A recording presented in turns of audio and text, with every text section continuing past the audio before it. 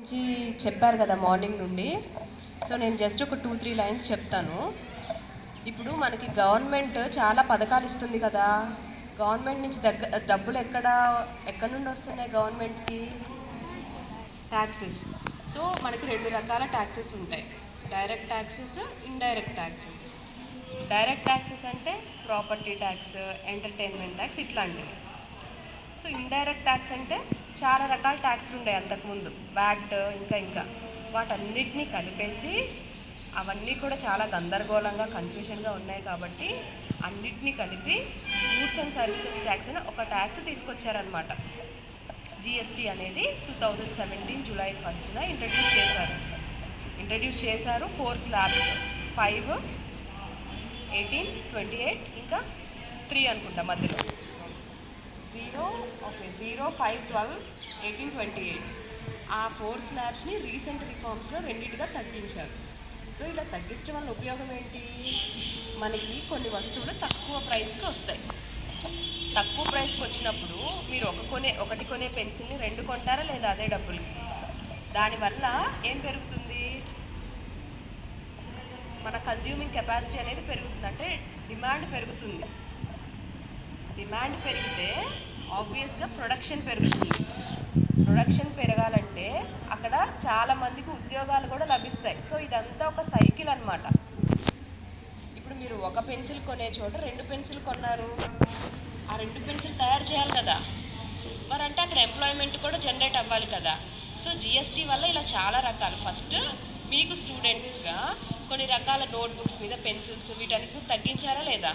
అది మీకు ఉపయోగమా కాదా?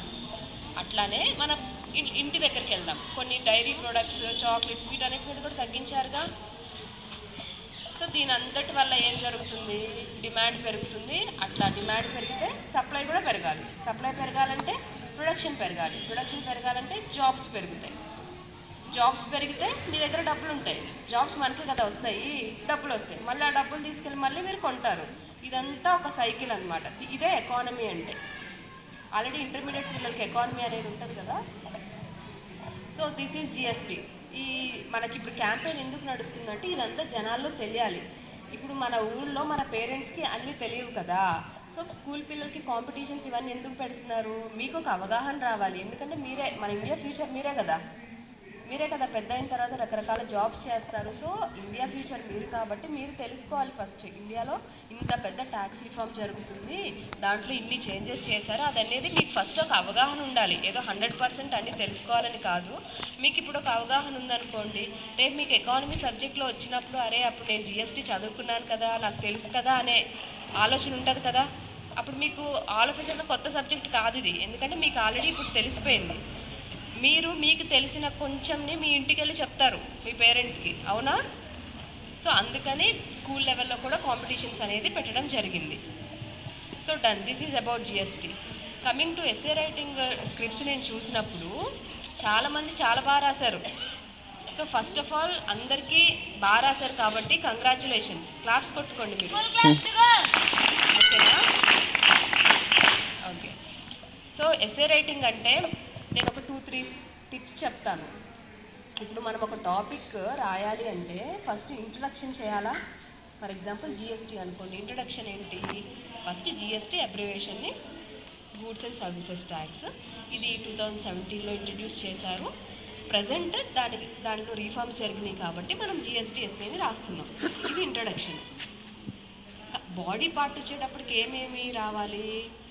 ఈ జరిగిన చేంజెస్ ఏంటి, ఆ చేంజెస్ వల్ల ఆర్థికంగా ఎటువంటి ఎఫెక్ట్ పడుతుంది, స్కూల్ ఎడ్యుకేషన్ మీద ఎటువంటి ఎఫెక్ట్, అట్లానే హౌస్ హోల్డ్ ఐటమ్స్ మీద ఎటువంటి ఎఫెక్ట్, ఆటోమొబైల్స్ ఇండస్ట్రీస్, ఇలా ప్రతి సెక్టార్ని మనం ఒక హెడ్డింగ్ పెట్టేసి దీని మీద ఇది ఎఫెక్ట్, ఈ స్లాబ్ ఇక్కడి నుంచి ఇంత తగ్గించారు కాబట్టి ఈ ఇండస్ట్రీ మీద ఇంత ఎఫెక్ట్ పడుతుందని రాసుకుంటూ రావాలి.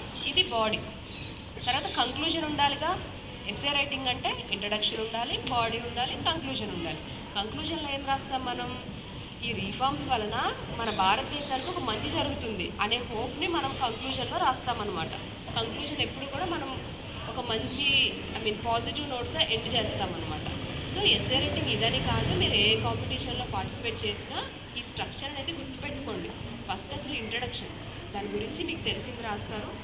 ఆ తర్వాత బాడీలో ప్రజెంట్ జరుగుతున్నది ఏంటి, అసలు ఎందుకు దీని మీద ఎందుకు సడన్గా ఆలోచించడం జిఎస్టీ అన్నారు, ఏదో జరిగింది కదా గవర్నమెంట్లో, అది రాస్తాము, కంక్లూజన్ చేస్తాము. ఇట్లా ఒక 2-3 స్క్రిప్ట్స్ మాత్రమే ఈ ఫార్మాట్ని ఫాలో అయ్యారు. మనం ఒక ఎస్ఏ రైటింగ్లో మార్కులు ఎట్లా డిసైడ్ చేస్తాము, స్ట్రక్చర్ ఉండాలి, ఖచ్చితంగా స్లాబ్స్ తగ్గించింది ఉండాలి, కంక్లూజన్ నీట్గా రాయాలి, ఇవన్నీ చేయాలి కదా. సో జస్ట్ దాన్ని బట్టి అందరూ బాగా రాశారు. ఈ కొన్ని పాయింట్స్ బట్టే మనం ఒక 2-3 విన్నర్స్గా డిసైడ్ చేసాం. ఓకేనా? నెక్స్ట్ ఎస్ఏ రైటింగ్ నుంచి మీరు కూడా అట్లా రాయండి. Okay, done. Thank you. జై హింద్.